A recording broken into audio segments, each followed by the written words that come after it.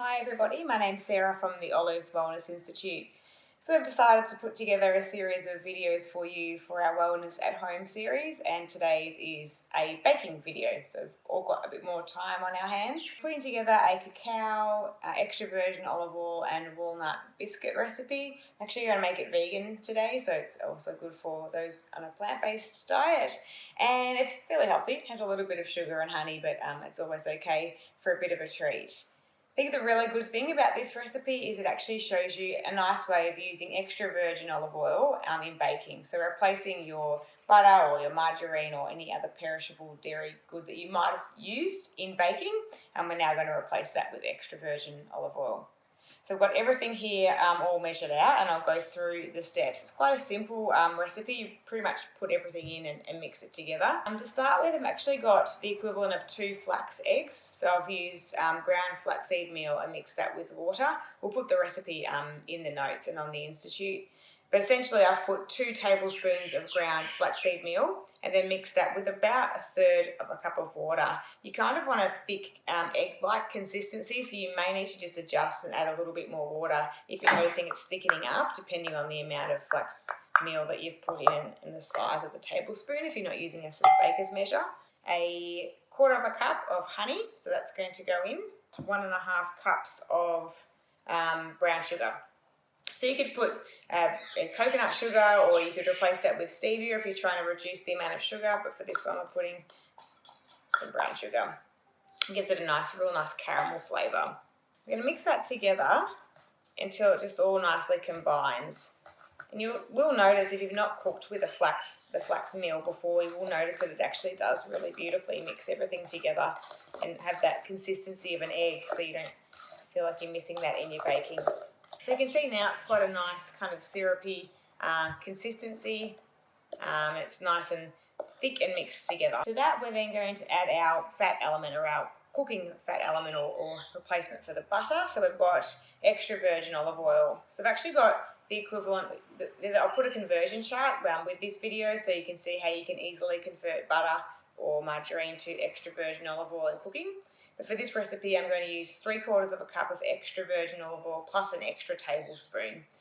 And when I'm using extra virgin olive oil in cooking, I like to choose a high quality Australian product, a locally sourced product, and something that's very naturally fresh and rich in antioxidants. So I'm always checking in Australia for the AOA, or Australian Olive Association triangle on the side of pack to show me it's a good quality product, and I'm making sure the product has a best before date and a harvest date, so I know how fresh that product is. This one I've actually chosen a lighter flavour extra virgin olive oil because I don't want too much of that olive flavour coming through. So I've just put the 3/4 cup of extra virgin olive oil along with the tablespoon, and I'm just mixing that in now as well until it all becomes nice and consistent. And I'm also going to just throw in the 2 teaspoons of vanilla extract. At this point I'm just going to add my dash of salt. It's about 1/4 teaspoon of salt, so not too much. Just brings out that sweetness, especially with the cacao. Quite the bit of flavour and the sugar together, it helps to bring that sweetness up. To that we're then going to add the cacao. So I've got 3/4 cup of cacao, so it's not cocoa, it's cacao powder. And you notice the beautiful glossy consistency that the extra virgin olive oil gives to that batter. So lovely, beautiful chocolatey consistency. So I'll show you once it's kind of mixed through a bit more, but you can see there that it's a very deep, rich, dark chocolate looking mixture. This is quite a dark baking mixture when you put it together. It comes out really dark when it bakes as well. If that's mixed through nicely, I've got 2 cups of plain flour. And in there as well, while I'm blending that together, I'm going to add in my 1 cup of just roughly chopped walnuts. I actually like them quite coarsely chopped, but you can just choose to do them however you like. This gives a nice crunch to that biscuit. For this recipe, I would usually, in the original recipe that I put together, I normally use eggs. So today I really wanted to make this a fully vegan or plant-based option, given that we've replaced the butter with the extra virgin olive oil. So as I'm mixing more of that flour in that's on the bottom, it is getting just a touch dry. So I am going to just add a little bit more water to that mixture. I will show you once I've finished mixing the kind of consistency that I'm after, to make sure that you get a nice firm but crumbly biscuit as well. So they're not chewy on the centre, but they're a very nice sort of soft biscuit that you can eat with a nice cup of tea or a cup of coffee when you're having a little break when you're working from home.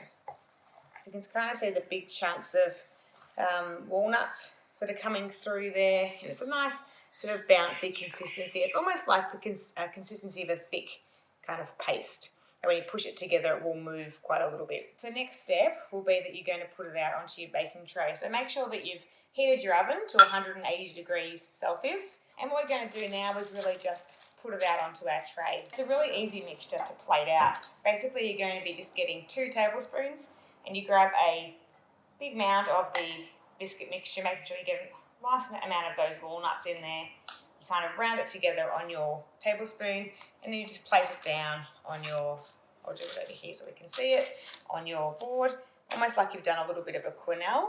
It will actually not split, but actually grow in size, so don't put the biscuits too close together. Flatten them out slightly.